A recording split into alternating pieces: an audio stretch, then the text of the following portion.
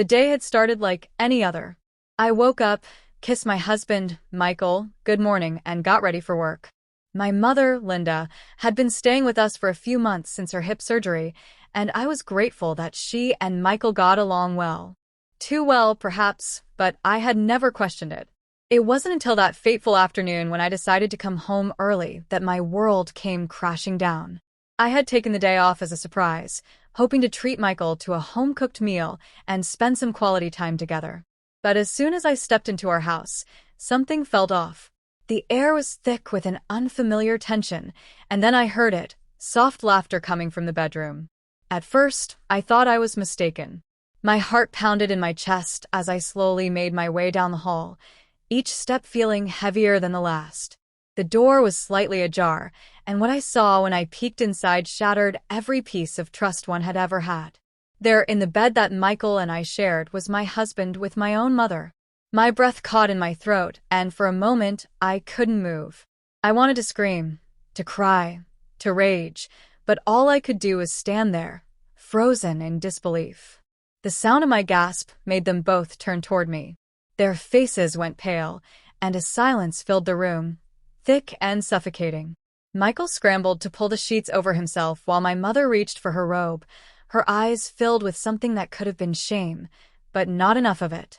"Honey, I can explain," Michael started, his voice trembling.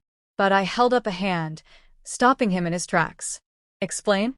My voice was eerily calm, though inside, I felt like I was about to explode. "How could you? How could you do this to me?"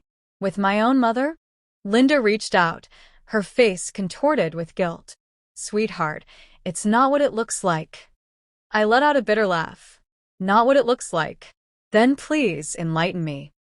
Neither of them had an answer. Instead, they sat there, caught, exposed, and pathetic. My whole life felt like a lie. The man I had loved and trusted had betrayed me in the worst way possible, and my own mother, the woman who was supposed to protect and love me unconditionally, had been part of it. I didn't stay to hear their pathetic excuses. I turned on my heel and walked out, slamming the door behind me.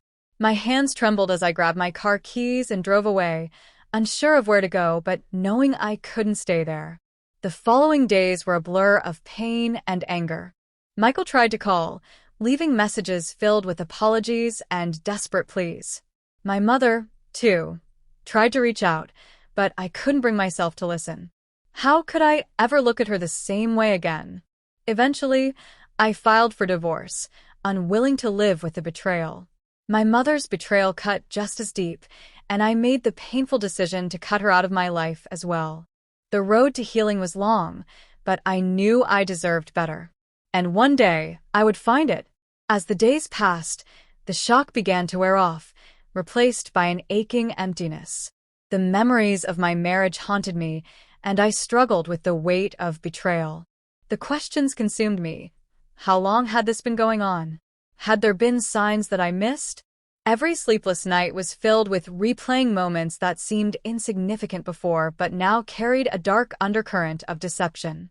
My best friend, Rachel, insisted that I go out and do something for myself. "You need to reclaim your life, Emily," she said, squeezing my hands. "Don't let them take any more from you." Taking her advice, I signed up for a yoga class, something I had always wanted to try, but never made time for. It became a small solace, a place where I could escape my thoughts, even if only for an hour. The instructor, Jake, was kind and encouraging, reminding me that healing was a journey, not a race. Slowly, I found moments of peace, and for the first time in weeks, I felt like I could breathe again. Michael continued to reach out, and though I ignored most of his attempts, I eventually agreed to meet him for closure. We sat across from each other at a coffee shop, the awkward silence stretching between us. He looked different, more tired, more regretful, but it did nothing to soften the pain he had caused. "I know I don't deserve your forgiveness," he said, his voice strained. "But I need you to know that it wasn't about you. It was a mistake, a terrible, unforgivable mistake." I studied him, searching for the man I had once loved. "You didn't just make a mistake, Michael. You made a choice. And that choice destroyed everything." Tears welled in his eyes, but I felt no sympathy. I had cried enough for both of us. I stood, placing a few bills on the table. I hope you find whatever it is you're looking for, but it won't be with me. Walking away from him felt like reclaiming a piece of myself. There was still pain, still anger, but there was also hope. I had lost so much, but I refused to lose myself. Months turned into a year, and life slowly found a new rhythm. I had moved to a new apartment, built new routines, and rediscovered who I was outside of my marriage. Rachel remained by my side, always reminding me of my worth. And one day, I met someone who showed me that love didn't have to be painful, that trust wasn't just a fantasy. As I stood on my balcony one evening, watching the sunset, I felt a quiet sense of peace. My past would always be a part of me, but it no longer defined me. I had survived. I had grown. And for the first time in a long time, I knew I was going to be okay.